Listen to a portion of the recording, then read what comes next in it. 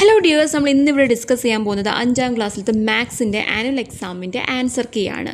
Okay, അപ്പോൾ ഇവിടെ എല്ലാവരും നോക്കുക, നിങ്ങൾ എഴുതിയതൊക്കെ കറക്റ്റാണോ എന്ന് ചെക്ക് ചെയ്യുക കേട്ടോ. അപ്പോൾ ഫസ്റ്റ് തന്നെ ഇവിടുത്തെ കുറച്ച് നിർദ്ദേശങ്ങൾ എന്തൊക്കെയാണ്? 15 മിനിറ്റ് കൂൾ ഓഫ് ടൈം ഉണ്ടായിരുന്നു. ആ ഒരു ടൈമിൽ നിങ്ങൾ ക്വസ്റ്റ്യൻസ് ഒക്കെ നന്നായിട്ട് വായിച്ച് നോക്കണം. അതേപോലെ തന്നെ ഈ ഒരു ചോദ്യ പേപ്പറിൽ ആകെ 7 പ്രവർത്തനമാണുള്ളത്. അതിൽ നിങ്ങൾക്ക് നന്നായിട്ട് അറിയാവുന്ന 5 പ്രവർത്തനത്തിന് ഉത്തരങ്ങൾ എഴുതിയാൽ മതി.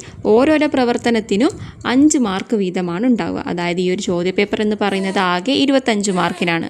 അപ്പോൾ ഇവിടെ ഒന്നാമത്തെ പ്രവർത്തനമാണ്. ഓരോ ചുറ്റളവുള്ള 2 ചതുരങ്ങളാണ് ചിത്രത്തിലുള്ളത്. ആദ്യത്തെ ചതുരത്തിന് 10 സെൻറ്റിമീറ്റർ നീളവും 7 സെൻറ്റിമീറ്റർ ഉയരവുമുണ്ട്. രണ്ടാമത്തെ ഇതിൻ്റെ നീളം 12 സെൻറ്റിമീറ്റർ ആണ്. അപ്പോൾ ചോദ്യമാണ്. അപ്പോൾ ഇവിടുത്തെ ചോദ്യമാണ് ഒന്നാമത്തെ ചതുരത്തിൻ്റെ ചുറ്റളവ് എത്ര? അപ്പോൾ ഇവിടെ ഒന്നാമത്തെ ചതുരം നിങ്ങൾ നോക്കുക. അതായത് 10 സെൻറ്റിമീറ്റർ തന്നിട്ടുണ്ട്, 7 സെൻറ്റിമീറ്റർ തന്നിട്ടുണ്ട്. അപ്പോൾ ചുറ്റളവ് കാണാൻ നിങ്ങൾക്ക് അറിയാലോ, എല്ലാ വശങ്ങളും നിങ്ങൾ ആഡ് ചെയ്താൽ മതി അല്ലേ, കൂട്ടിയാൽ മതി. അതായത് 10 + 7 + 10 + 7 എത്രയാണ് കിട്ടുക? 34 അല്ലേ. അപ്പോൾ ആൻസർ എന്ന് പറയുന്നത് 34 സെൻറ്റിമീറ്റർ എന്നാണ്. ഇനി ബി ചോദ്യമാണ്. രണ്ടാമത്തെ ചതുരത്തിൻ്റെ ഉയരം എത്ര എന്ന് ചോദിച്ചിട്ടുണ്ട്. എത്ര നിങ്ങൾക്ക് ആൻസർ കിട്ടിയത്? 5 സെൻറ്റിമീറ്റർ എന്നാണോ? 5 സെൻറ്റിമീറ്റർ ആണ് കറക്റ്റായിട്ടുള്ള ആൻസർ എന്ന് പറയുന്നത്. ഇനി സി ചോദ്യമാണ്. 2 ചതുരങ്ങളുടെയും പരപ്പളവ് കണ്ടെത്താനാണ് പറഞ്ഞിട്ടുള്ളത്. അപ്പോൾ പരപ്പളവ് കണ്ടെത്താൻ നിങ്ങൾക്ക് അറിയാലോ, ലെങ്ത് ഇൻറ്റു ബ്രെഡ്ത്ത് അല്ലേ, നീളം ഇൻറ്റു വീതിയാണ്. അപ്പോൾ നിങ്ങൾക്ക് രണ്ടിൻ്റെയും കണ്ടെത്തുക. ആദ്യത്തത് 10 × 7 70 സെൻറ്റിമീറ്റർ എന്ന് കിട്ടും. രണ്ടാമത്തത് 12 × 5 60 സെൻറ്റിമീറ്റർ എന്ന് കിട്ടും. ഓക്കെ, അപ്പോൾ എഴുതിയല്ലോ, കറക്റ്റാണല്ലോ. അപ്പോൾ ഇവിടെ മാർക്ക് എന്ന് പറയുന്നത്, മാർക്ക് ഡിസ്ട്രിബ്യൂഷൻ എങ്ങനെയാണെന്ന് വെച്ചാൽ ഇവിടെ എ ചോദ്യത്തിന് 1 മാർക്കാണ്, ബി ചോദ്യത്തിന് 1 മാർക്ക്, സി ചോദ്യത്തിന് 3 മാർക്കുമാണ് വരുന്നത്. സ്റ്റെപ്പും കാര്യങ്ങളൊക്കെ എഴുതുകയാണെങ്കിലാണ് ഈ 3 മാർക്ക് നിങ്ങൾക്ക് കിട്ടുക കേട്ടോ. അപ്പോൾ ഓരോരോ മാർക്ക് ഇതാണ്. സ്റ്റെപ്പ് എഴുതിയ 1 മാർക്ക്, ആൻസർ എഴുതിയ 1 മാർക്ക്, അങ്ങനെയാണ് കേട്ടോ. ഇനി അടുത്തത് ഇവിടെ പറയുന്നത് പ്രവർത്തനം 2 അതിലത്തെ എ ചോദ്യമാണ്. 144നെ 10 കൊണ്ട് ഹരിച്ചാലുള്ള മിച്ചം എത്രയാണെന്നാണ് ചോദ്യം. അപ്പോൾ ഇവിടെ നിങ്ങൾ 4 എന്നാണ് ഉത്തരം എഴുതിയതെങ്കിൽ നിങ്ങൾക്ക് മാർക്ക് ലഭിക്കും. ഇനി ബി ചോദ്യമാണ്. 144 എന്ന സംഖ്യ 8ൻ്റെ ഗുണിതമാണോ എന്ന് കണ്ടുപിടിക്കുക. എന്തുകൊണ്ട്? ഓക്കെ, അപ്പോൾ ഇതിൻ്റെ ആൻസർ എന്താണ്? 8ൻ്റെ ഗുണിതമാണെന്ന് കണ്ടെത്തിയാൽ നിങ്ങൾക്ക് 1 മാർക്കാണ്. അതേപോലെ തന്നെ 144നെ 8 കൊണ്ട് ഹരിക്കുമ്പോൾ മിച്ചം 0 എന്ന് എഴുതിയാലും നിങ്ങൾക്ക് മാർക്ക് ലഭിക്കും. 2 മാർക്കാണ് ഈ ഒരു ചോദ്യത്തിന്. ഇനി സി ചോദ്യമാണ്. 3 കൊണ്ട് ഹരിച്ചാലും 4 കൊണ്ട് ഹരിച്ചാലും മിച്ചം 1 വരുന്ന 20-ൽ താഴെയുള്ള സംഖ്യ ഏതാണെന്നാണ് ചോദ്യം. അപ്പോൾ എന്താണ്? ആ 13 എന്ന് ആണ് നിങ്ങൾ സി ചോദ്യത്തിന് എഴുതുന്നെങ്കിൽ നിങ്ങൾക്കിവിടെ 1 മാർക്ക് ലഭിക്കും. പിന്നെ ഡി, 2 കൊണ്ട് ഹരിച്ചാലും 3 കൊണ്ട് ഹരിച്ചാലും മിച്ചം വരാത്ത സംഖ്യ താഴെ കൊടുത്തതിൽ ഏതാണ്? അപ്പോൾ ഇവിടുത്തെ ശരിയായിട്ടുള്ള ഉത്തരം ഏതാണ്?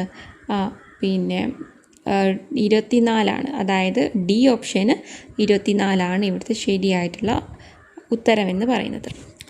ഇനി പ്രവർത്തനം 3 എ ചോദ്യമാണ്. താഴെ കൊടുത്ത സംഖ്യകളെ പട്ടിക വരച്ച് തരംതിരിച്ച് എഴുതുക. 28, 33, 17, 22, 44, 45, 60, 49, 52, 70, 35, 64 ഇത്രയും സംഖ്യകളാണുള്ളത്. അവിടെ പട്ടിക നോക്കിക്കേ. ആദ്യത്തെ കോളത്തിൽ 2 കൊണ്ട് ഹരിച്ചാൽ മിച്ചമുള്ളവ, പിന്നെ 4 കൊണ്ട് ഹരിച്ചാൽ മിച്ചമില്ലാത്തവ, പിന്നെ 5 കൊണ്ട് ഹരിച്ചാൽ മിച്ചമുള്ളവ, പിന്നെ 5 കൊണ്ടും 10 കൊണ്ടും ഹരിച്ചാൽ മിച്ചമില്ലാത്തവ. ഇങ്ങനെയാണ് തരംതിരിച്ച് എഴുതേണ്ടത്. അപ്പോൾ ഇവിടെ നോക്കിക്കേ, ആൻസറായിട്ട് 33, 17, 45, 49 അതാണ് ആദ്യത്തെ കോളത്തിൽ വരുന്നത്. ഇനി 4 കൊണ്ട് ഹരിച്ചാൽ മിച്ചമില്ലാത്തവയാണ് 28, 44, 60, 52, 64. ഇനി 5 കൊണ്ട് ഹരിച്ചാൽ മിച്ചമുള്ളവയാണ് 28, 33, 17, 22, 44, 52, 64. ഇനി 5 കൊണ്ടും 10 കൊണ്ടും ഹരിച്ചാൽ മിച്ചമില്ലാത്തവയാണ് 60ഉം 70ഉം. ഇങ്ങനെയാണ് നിങ്ങളിവിടെ ഉത്തരം എഴുതുന്നെങ്കിൽ നിങ്ങൾക്ക് 4 മാർക്ക് ലഭിക്കും. ഇനി ബി ചോദ്യമാണ്. 100നെയും 1000നെയും താഴെ കൊടുത്തവയിൽ ഏത് സംഖ്യ കൊണ്ട് ഹരിച്ചാലാണ് മിച്ചം വരുന്നത്?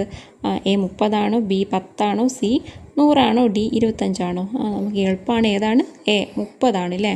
അപ്പോൾ ഇവിടെ നാലാമത്തെ പ്രവർത്തനം നോക്കാം. ഒരു തിരഞ്ഞെടുപ്പിൽ 3 പേർ മത്സരിച്ചു. അവർക്ക് കിട്ടിയ വോട്ടുകൾ 4,46,326, 4,84,431, പിന്നെ 4,12,376 എന്നിവയാണ്.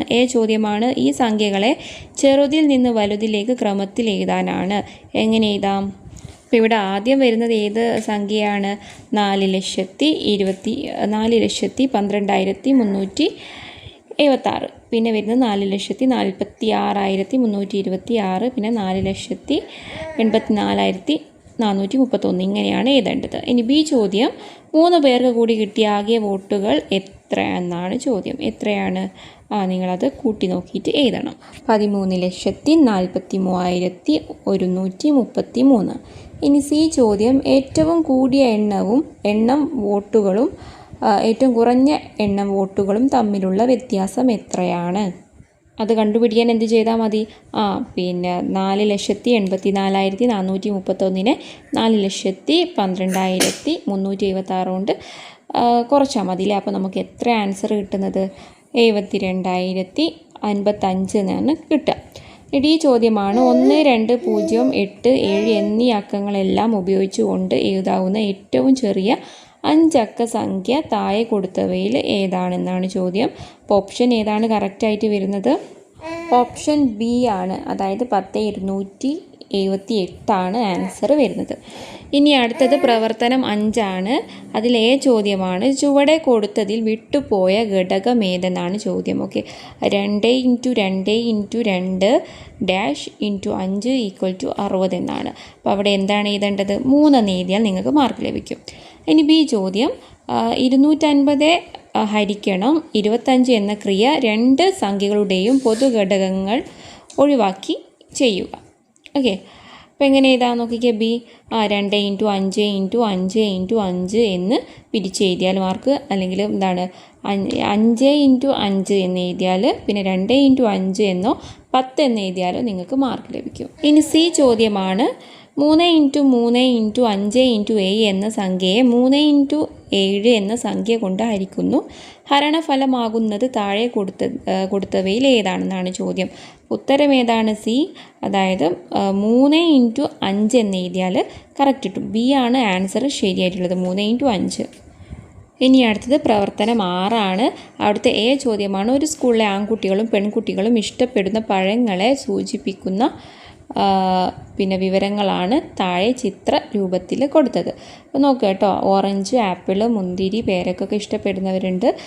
അപ്പോൾ അതിൻ്റെ ഒരു ഗ്രാഫാണ് ഇവിടെ കൊടുത്തത്. ഇനി ചോദ്യമാണ്, ഏറ്റവും കൂടുതൽ കുട്ടികൾ ഇഷ്ടപ്പെടുന്ന പഴം ഏതാണ്? അപ്പോൾ ഇവിടെ ഗ്രാഫ് നോക്കിയാൽ മനസ്സിലാകും, അതാണ് മുന്തിരിയാണ് അല്ലേ. അതായത് കൂടുതൽ കുട്ടികളും ആൺകുട്ടികളും പെൺകുട്ടികളും ഒരുപോലെ ഇഷ്ടപ്പെടുന്നത് മുന്തിരിയാണ്. ബി ചോദ്യമാണ്, ആപ്പിൾ ഇഷ്ടപ്പെടുന്ന ആൺകുട്ടികളെയും പെൺകുട്ടികളുടെ എണ്ണത്തിലെ വ്യത്യാസം എത്രയാണെന്ന് ചോദിച്ചിട്ടുണ്ട്. എത്രയാണ്? 50 എന്ന് എഴുതിയാൽ നിങ്ങൾക്ക് മാർക്ക് ലഭിക്കും. സി എന്താണെന്ന് നോക്കിക്കേ, ഓരോ ഇനത്തിലെയും ഉള്ള ആകെ എണ്ണം ചെറുതിൽ നിന്ന് വലുതിലേക്ക് ക്രമത്തിൽ എഴുതിയാൽ 3-ാം സ്ഥാനം വരുന്ന ഇനം താഴെ കൊടുത്തതിൽ ഏതാണ്?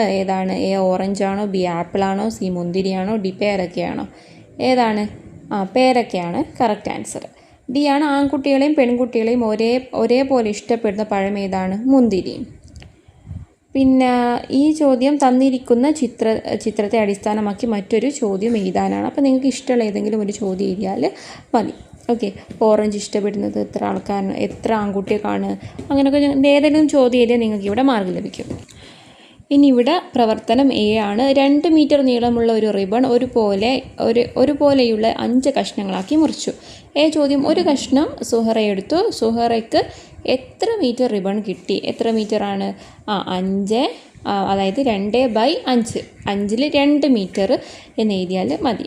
ഓക്കെ, ഇനി ബി ചോദ്യമാണ്, ബാക്കിയുള്ള കഷ്ണങ്ങൾ ശോഭ എടുത്തു. ശോഭയ്ക്ക് കിട്ടിയത് എത്ര മീറ്ററാണ്? എത്ര മീറ്റർ ആയിരിക്കും? 3/5 മീറ്റർ എന്ന് എഴുതിയാൽ മതി. ഈ ചോദ്യം, 5 മീറ്റർ റിബൺ 4 പേർ തുല്യമായി വീതിച്ചെടുത്താൽ ഒരാൾക്ക് എത്ര മീറ്റർ റിബൺ കിട്ടും? എത്ര മീറ്റർ റിബണാണ് കിട്ടുക? 5/4 മീറ്റർ, അല്ലെങ്കിൽ 1 1/4 മീറ്റർ എന്ന് എഴുതിയാൽ മാർക്ക് ലഭിക്കും, 2 മാർക്ക്. ഡി ചോദ്യം, താഴെ കൊടുത്തവയിൽ പകുതിക്ക് തുല്യമല്ലാത്തത് ഏതാണ്? 5/7 ആണ്. അപ്പോൾ ഇത്രയാണ് ഇവിടുത്തെ ചോദ്യങ്ങൾ എന്ന് പറയുന്നത്. 7 ആക്ടിവിറ്റി നമ്മൾ ഡിസ്കസ് ചെയ്തു. എല്ലാവർക്കും സിമ്പിളാണെന്ന് കരുതുന്നു. പിന്നെ എൻ്റെ ചാനൽ ആദ്യമായിട്ടാണ് നിങ്ങൾ കാണുന്നതെങ്കിൽ ലൈക്ക് ചെയ്യണം, ഷെയർ ചെയ്യണം, അതേപോലെ തന്നെ സബ്സ്ക്രൈബും ചെയ്യണം. Okay, thank